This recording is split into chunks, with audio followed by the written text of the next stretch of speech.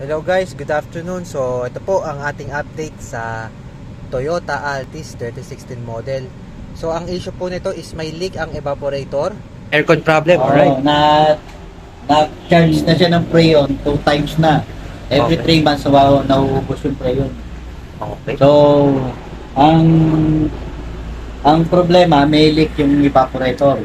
So nagawa na po ni Sir Danny Velasco, napalitan ng bagong evaporator at nakabit na rin ho itong dashboard, yung mga binaklas, nalagyan na rin ng freon.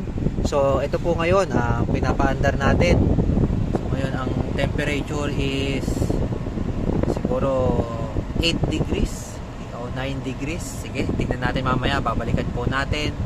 Alright, check 111, sobrang lamig na po. Ayan po, magsi 0 degrees na. Grabe. Ayan po, hindi na natin papabuti ng 0 dahil ako giniginaw na. So, ayan. Thank you very much po. At sa susunod ulit, DVV Cool Master.